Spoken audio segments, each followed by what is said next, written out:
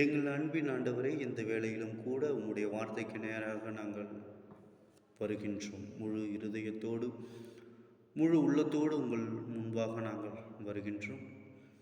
மத்தேயு 19 அதிகாரம் 14வது வசனத்தில் நீர் சொல்லியிருக்கிற வார்த்தைகள், சிறு பிள்ளைகள் என்னிடத்தில் வருவதற்கு இடம் கொடுங்கள், அப்படிப்பட்டவர்களுடையது பரலோக ராஜ்யம் என்று ஆண்டவராகிய இயேசு சிறு பிள்ளைகள் மீது எவ்வளவு நேசம், அனாதி அன்பு வைத்திருக்கிறீர் என்பதை நீர் எனக்கு விளங்க பண்ணினீர். ஆனால் பழைய ஏற்பாட்டில் ஒரு சம்பவத்தை நாங்கள் தியானிக்கின்ற பொழுது அது எங்களுக்கு மிகவும் ஆச்சரியமாகவும் அதிசயமாக இருந்தது. காரணம், இப்படிப்பட்ட ஆண்டவர் 42 பிள்ளைகளை கரடிகள் மூலம் எலிசா தீர்க்கதரிசி மூலமாய் சொன்ன வார்த்தை நிமித்தம் பிள்ளைகளை பீறி போட்டது என்று நாம் பார்க்கின்றோம்.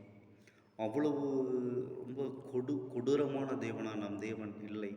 நண்பு தேவ பிள்ளைகளே, நம் தேவன் அனாதி சிநேகத்தினால் நான் உன்னை சிநேகித்தேன், காரணத்தினால் நான் உன்னை இழுத்து கொண்டேன் என்று சொன்ன அன்பே உருவான நமது கடவுளான் நம்முடைய ஆண்டவரும் இரட்சகருமாய் இருக்கிற அந்த இயேசு கிறிஸ்து. அப்படி என்றால் ஏன்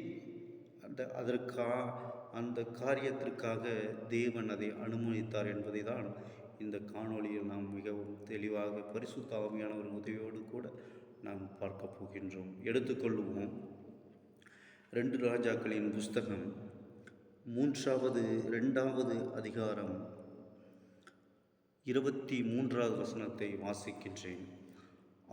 அவன் அவ்விடத்தை விட்டு பெத்தேலுக்கு போனான். அவன் வழி நடந்து போகையில் பிள்ளைகள் பட்டணத்திலிருந்து வந்து அவனை பார்த்து, மொட்டைத்தலையா ஏறிப்போ, மொட்டைத்தலையா ஏறிப்போ என்று சொல்லி நிந்தித்தார்கள். 24. அப்பொழுது அவன் திரும்பி அவர்களை பார்த்து, கர்த்தரின் நாமத்தினாலே அவர்களை சபித்தான். உடனே காட்டிலிருந்து 2 கரடிகள் புறப்பட்டு வந்து அவர்களின் 42 பிள்ளைகளை பீறி போட்டது. அல்லேலூயா. பிள்ளைகள் என்பதை நாம் தெளிவாக புரிந்து கொள்ள வேண்டும். பிள்ளைகள் என்பது நாம் நினைக்கிற மாதிரி சிறு பிள்ளைகளை அல்ல. ஒரு 18 25 இல்லை 30 வயதிற்குள்ளான வாலிபர்களை குறித்து தான் இதை சொல்லியிருக்கிறது. எப்படி என்றால், பைபிள் எழுதப்பட்ட அந்த மூல பாஷையான ஹெப்ரேயர் நீங்கள் வாசிக்கிறோம். இதற்கு உதாரணமாக கூட இன்னொரு வசனத்தை நான் உங்களுக்கு முன்பாக சொல்கிறேன். 1 ராஜாக்களின் புஸ்தகம் 3வது அதிகாரம் 7வது வசனம். ராஜாவாகிய சாலமோன் தாவீதின் குமாரன். அவன் இங்கே ஒரு காரியத்தை சொல்கிறான் பாருங்கள். 1 ராஜாக்கள் 3வது அதிகாரம் 7வது வசனத்தை வாசிக்கின்றேன்.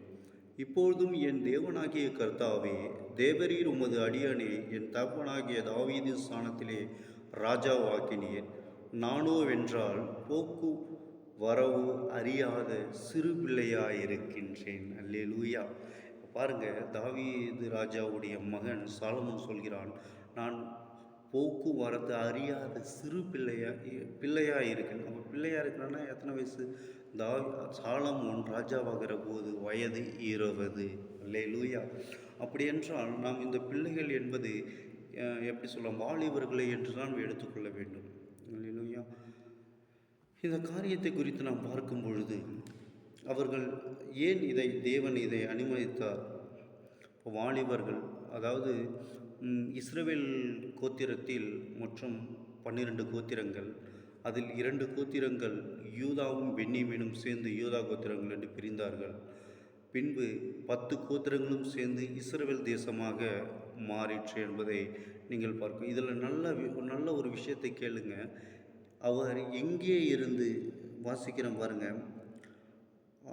அவன் அவ்விடத்தை விட்டு எலியா தீர்க்கதரிசி பெத்தேலுக்கு போனான். ஏன் அவன் பெத்தேலுக்கு போகும்போது தான் சம்பவம் நடக்கிறது. ஏன் என் பெத்தேலுக்கு போவான் என்றால், நாம் கொஞ்சம் வேதத்தை ஆராய்ந்து பார்க்க வேண்டும். பெத்தேல் தான். பெத்தேல் என்பது இஸ்ரவேலுக்கு பட்டணமாகவும், எருசலேம் அதாவது யூதா கோத்திரத்திற்கான பட்டணமாகவும், தான் என்பது மற்ற இஸ்ரவேல் 10 கோத்திரங்களுக்கு தலைநகரமாக இருக்கிறது. அதை ஆண்ட எரோபியாம் அரசர் ஒரு வருஷந்தோறும் பஸ்கா பண்டிகையை ஆசரிக்க வேண்டும். அப்போது இந்த 10 கோத்திரங்களும் செய்து யூதா கோத்திரத்துக்கு செல்லும் பொழுது அவர்கள் அங்கே இருந்து விட்டால் என்னுடைய ராஜ்யம் பறிபோகுமே என்று எண்ணி ஒரு ஆலோசனை பண்ணினான். அதை நாம் வாசிக்கின்றோம். 1 ராஜாக்களின் புஸ்தகம் 12வது வசனம், 12ஆம் அதிகாரம் 28, 29 வசனத்தை நான் வாசிக்கின்றேன். ஆகையால் ராஜாவானவன், அதாவது ரெகோபியாம், யோசனை பண்ணி பொன்னினால் 2 கன்றுக்குட்டிகளை உண்டாக்கி ஜனங்களை பார்த்து, நீங்கள் எருசலேமுக்கு போகிறது உங்களுக்கு வருத்தம். இஸ்ரவேலரே, இதோ இவைகளை உங்களை எகிப்து தேசத்து வரப்பண்ணின உங்கள் தேவர்கள் என்று சொல்லி ஒன்றை பெத்தேலிலும் ஒன்றை தானிலும் ஸ்தாபித்தான். அதாவது, நீங்கள் அங்கே ஏன் போகிறீங்க, பஸ்கா பண்டிகை ஏன் போகிறீங்க, எருசலேமுக்கு நீங்கள் ஏன் போகிறீங்க, யெகோவா தேவனை நீங்கள் ஏன் தொழுது கொள்கிறீங்க, இவைகள் தான் உங்களுக்கு விக்கிரக ஆராதனைக்கு அவன் அடிக்கல் நாட்டினான். காரணம், நீர் யெகோவா தேவனை நீங்கள் பின்பற்றினால் இருக்கிற அந்த 10 கோத்திரமும் தான் யூதா கோத்திரத்தில் சேர்ந்துவிடும். அப்போது என்னுடைய ராஜ்யம் பறிபோயிடும் என்று சிந்தித்து அவன் ஒரு யோசனை பண்ணி 2 கன்றுக்குட்டிகளை உண்டு பண்ணி ஒன்றை தானிலும் இன்னொன்று பெத்தேலிலும் வைத்தான். நீங்கள் அங்கே தொழுது கொள்ளுங்கள், இதுதான் தெய்வங்கள் என்று. நீங்கள் இந்த 10 கோத்திரம் சேர்ந்து தானியில் நீங்கள் இதை தொழுது கொள்ளுங்கள், இதுதான் தெய்வம் என்று அவன் கட்டளையிட்டான். அது மாத்திரமல்ல, அதற்கு ஆசாரியர்களையும் அவன் நியமித்திருக்கிறான். அது லேவி கோத்திரத்தின்படி அல்ல, உங்களுக்கு எது விருப்பமோ நீங்கள் எல்லாரும் ஆசிரியர் ஆகுங்கள் சொல்லிட்டு ஒரு கட்டளையும் இருப்பிட்டான். இந்த காரியத்தை குறித்து தான் எலிசா தீர்க்கதரிசி செல்கின்ற பொழுது தான் அங்கே இன்னொரு காரியத்தை பாருங்கள். அப்பொழுது ஒரு சம்பவம் நடக்கிறது. அதாவது பிள்ளைகள் என்று வாலிபர்கள் என்ன சொன்னாங்கன்னா, மொட்டை தலையா ஏறிப்போ. அப்போ அவர் மொட்டை தலையா, நிறைய பேர் இதை என்ன வச்சுருப்பாங்க, மொட்டை தலையா என்று அவர் சொன்னபோது கோவப்பட்டு தான் இந்த காரியத்தை அவர் செஞ்சிட்டாரு அப்படின்னு சொல்லுவாங்க. ஆனால் பாருங்கள், மொட்டை தலையா என்று மட்டும் சொல்லவில்லை, ஏறிப்போ. அப்போ ஏறிப்போனா எங்கே ஏறி போகணும் ஒரு கேள்வி வருதில்ல. அதற்கும் இந்த வேதம் தெளிவாக நம்மளுக்கு பதில் சொல்கிறது. பாருங்கள், மொட்டைத்தலையா ஏறிப்போ, மொட்டைத்தலையா என்று நீந்தித்தார்கள். அந்த வாலிபர்கள் என்ன செஞ்சாங்கன்னா, இந்த சம்பவத்தை நீங்கள் அதற்கு முன்பாக நீங்கள் வாசிக்கும் போது எங்கே செல்ல வேண்டும் என்றால், அதே அதிகாரம் 2 ராஜாக்கள் 2ஆம் அதிகாரம் 11ஆம் வசனம் பாருங்கள். இதற்கு முன்பாக இருந்த எலியா தீர்க்கதரிசியை இந்த வசனம் சொல்கிறது.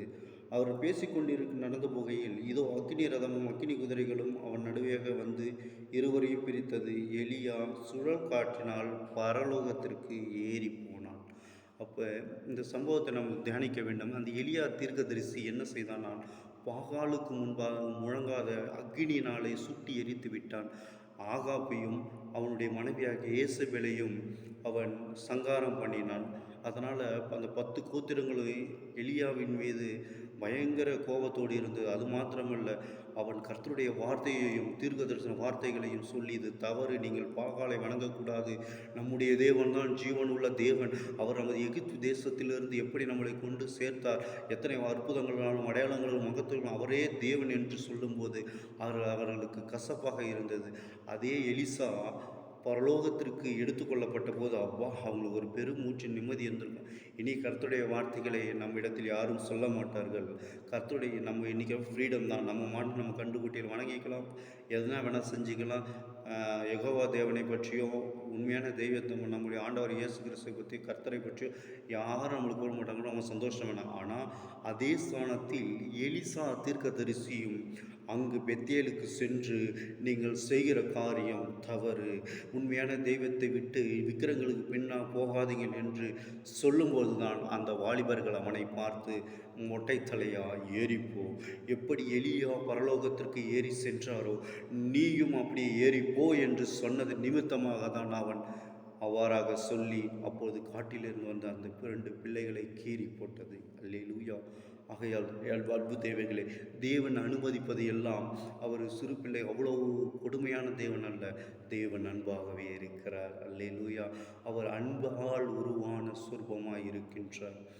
தம்முடைய அன்பை தெரிவிக்கும் முறையாக தன்னுடைய ஒரே குமாரனாக இயேசு இந்த பூமியில் தந்தரளி இவ்வளவாய் நம் மீது அன்பு கூர்ந்தார். அல்லேலூயா.